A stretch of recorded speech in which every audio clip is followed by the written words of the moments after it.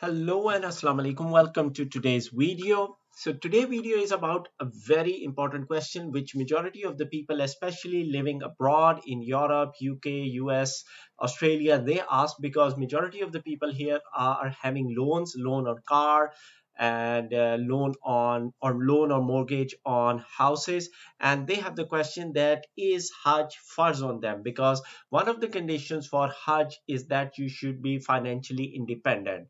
And what is mean and what the scholar says, what Islam says, we gonna try to explore that. Again, just to a disclaimer, this information is to the best of my knowledge and based on the research which I have done, and please check with your own scholar what they think. So basically for Hajj there are five conditions to be true, then Hajj becomes an obligatory on you. And these I have covered in my separate video as well, and this is a continuity of that one. So the five conditions, just quickly going through that you should be a Muslim, you should have reached adulthood or puberty, you should be mentally fit, you are not a slave, which is not a condition anymore nowadays, and fifth point is financially and physically fit. So the fifth condition is the main one where people usually focus on, that whether financially I am independent or not, can I go for Hajj or not. So before going that, there is a saying by the in the Quran which says, and Hajj to the house is a duty that mankind owes to Allah, those who can afford the expenses. So when we talk about those who can afford the expenses, the one question which comes to the mind and people usually try to find about is about loans. So one is a short-term loan, long-term loan, and medium-term loan. So we just need to understand this in order to evaluate this better, that whether the Hajj is farz on an individual or not. So the short-term loans are usually in this context, considering in Hajj context, is something which you need to pay. Consider that you plan to go for Hajj in next 2 months and you have some money to pay back from back to your lenders. Suppose you have taken a 1 lakh rupee from one person and you need to pay him next month, and today you plan to go for Hajj, and if you give the payment for the Hajj, then that money which you were bound to pay to that person within the next month, you won't be able to make that payment. In that case, you are asked to pay the loan first and consider the Hajj as the second priority. So here the priority comes. So the priority is, if you have an amount which you owe to someone else and it is obligatory on you to pay right now, pay him first, and after this, if you have enough money to go for Hajj, then consider the Hajj. If your money will be not ample enough that after paying that person that you can go for Hajj, so consider that you are not obliged to go for Hajj. So this is very clear, very easy to understand, and all the scholars, if you ask, they will give you the thumb rule.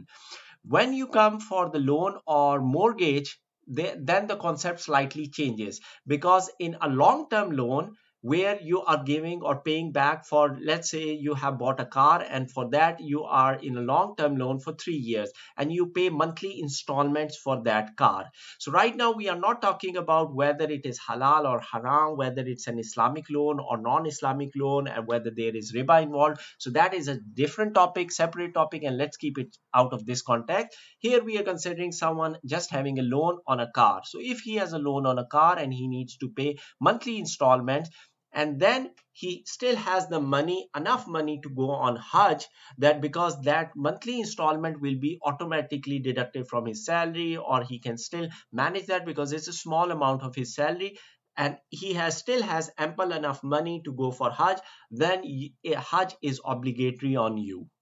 Similarly, for if you are talking about mortgage, because mortgage is usually quite a long-term loan, it's 10 years, 20 years, 30 years. And like if you are in UK and you have a loan of £200,000, suppose, and that loan is shifted on monthly payments of suppose £1,000 each month you are paying for that. So that is a monthly kind of an expense which you are going to give to your bank, repay to the bank.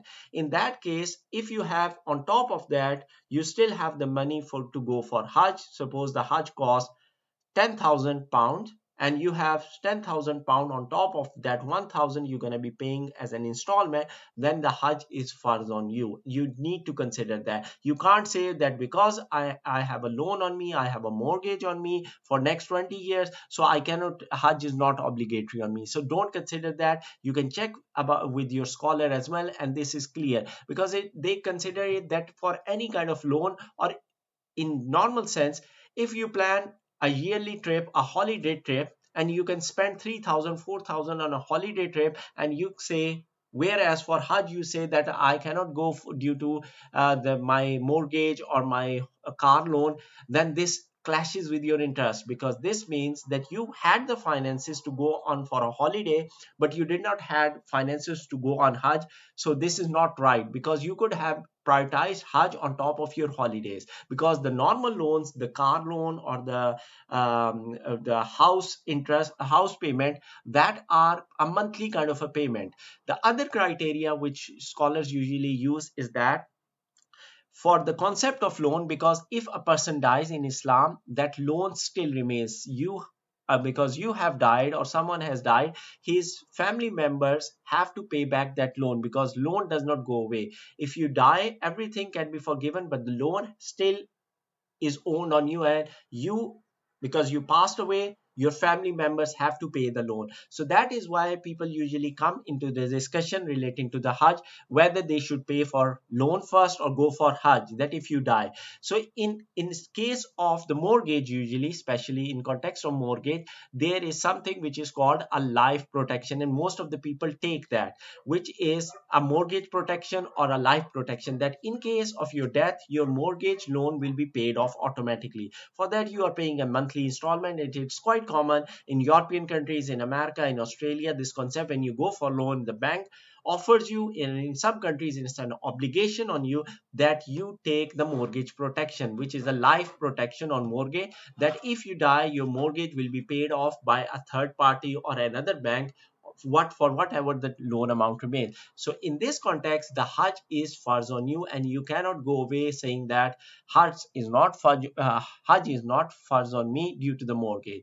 I hope this clears the concept and the discrepancy, that what means by loan and mortgage, and whether you are financially independent or not. Because you are financially independent if you are paying off mortgage and your car loan and other kind of loans from your monthly installments, from monthly payments. And by going on Hajj, it won't have any impact on any of the payment, or you can even delay slightly your payment.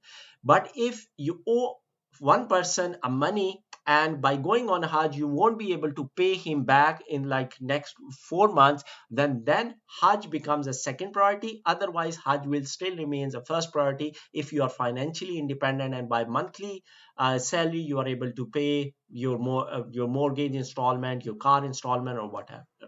So hope this video is useful for you. If you like the video, please do subscribe and share. And for other Hajj videos, how to perform Hajj, other complications about Hajj in question, let me know in the comments, and you can watch my other videos on the top left. Thanks for watching. Take care. Allah Hafiz. Till next time. Assalamu alaikum.